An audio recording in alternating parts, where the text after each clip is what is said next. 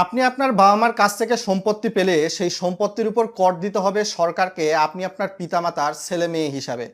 ২ টি সম্পর্কের উপর ভিত্তি করে সাধারণত ন্যাশনাল বোর্ড অফ রেভিনিউ বা এনবিআর এই উত্তরাধিকারী সূত্রেতে সম্পত্তিতে প্রাপ্য হলে আপনাকে কিন্তু কর আরোপের প্রক্রিয়ার মধ্যে দিয়ে যেতে হতে পারে।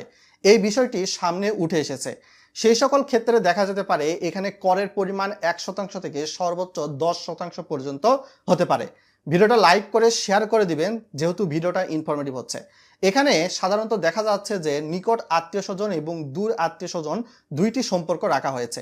নিকট আত্মীয়স্বজন বলতে আপনার পিতা, মাতা, ভাই, বোন অর্থাৎ এই কয়েকটা সম্পর্কের মধ্যে যদি সম্পত্তি পেয়ে থাকেন উত্তরাধিকারী সূত্রে কেউ, সেই সকল ক্ষেত্রে সম্পদের মূল্য যদি ১ কোটি টাকার মধ্যে হয়ে থাকে, ১ টাকা থেকে ১ কোটি টাকার মধ্যে, এই সম্পদটা জমি জমা বা ফ্ল্যাট যে কোনো কিছু হতে পারে, তাহলে এই টাকার উপর আপনাকে কর দিতে হবে ১% হারে।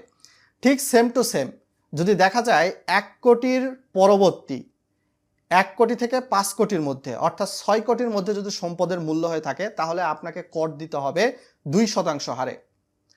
এর পরবর্তী আরও ৫ কোটি পর্যন্ত অর্থাৎ ১১ কোটি টাকা সমমূল্যের সম্পদের অর্থ সে সকল ক্ষেত্রে কর দিতে হবে কিন্তু ৩% হারে।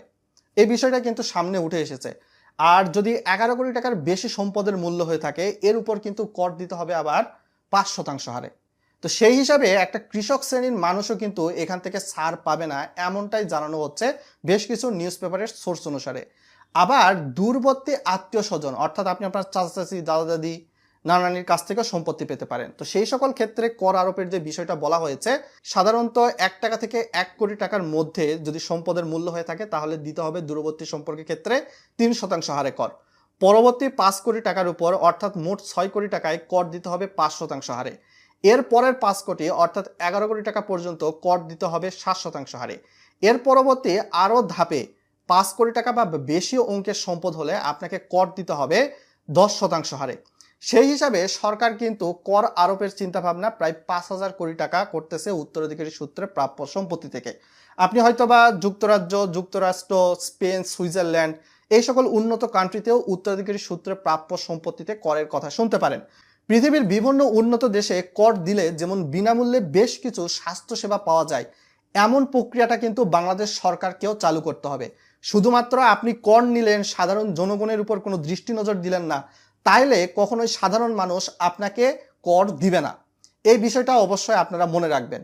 আর পৃথিবীর বিভিন্ন দেশে উত্তরাধিকারী সূত্রে প্রাপ্য সম্পত্তির উপর কিন্তু দেখা যায় যে একটা নির্দিষ্ট লিমিট পর্যন্ত কর ছাড় দেওয়া হয়, তার পরবর্তীতে কর আরোপ কিন্তু করা হয়। যুক্তরাজ্যের দিকে যদি তাকান অর্থাৎ ইংল্যান্ডে কিন্তু সাধারণভাবেই দেখা যায় কোনো সম্পত্তির উত্তরাধিকারী সূত্রে প্রাপ্যর মূল্য যদি ৩,২৫,০০০ পাউন্ডের বেশি হয় তখনই কর দিতে হয়। ৩,২৫,০০০ পাউন্ডের মধ্যে থাকলে কর দিতে হয় না। আমেরিকা বা যুক্তরাষ্ট্রের দিকে তাকালে দেখবেন $১১৩ মিলিয়ন সমমূল্যের সম্পদে কর আরোপ হয় না। $১১৩ মিলিয়ন উপরে যখন সম্পদের মূল্য হয় তখনই কর দিতে হয়। সাধারণ মানুষ অবশ্যই আপনাদেরকে বা সরকারকে কর দিবে তখনই যখন সাধারণ মানুষ তাদের মৌলিক স্বাস্থ্যসেবা উন্নত দেশের কান্ট্রির মতো পেয়ে থাকবে। আদারওয়াইজ আপনি মানুষের কাছ থেকে কর নেবেন কিন্তু মানুষের যে সকল সেবাগুলো সেগুলো দিবেন না, কেউ আপনাকে কর দিবে না। কেননা পৃথিবী চলে টেক অ্যান্ড গিভ, এই দুইটা প্রক্রিয়ার মাধ্যমে। তো উত্তরাধিকারী সূত্রে সরকার যে কর আরোপের চিন্তাভাবনা করছে ২০২৬-২৭ অর্থ বছরে, তো এটা নিয়ে আপনাদের কি সিদ্ধান্ত, ভালো নাকি মন্দ, অবশ্যই ভিডিওর কমেন্ট বক্সে লিখে জানাতে পারেন।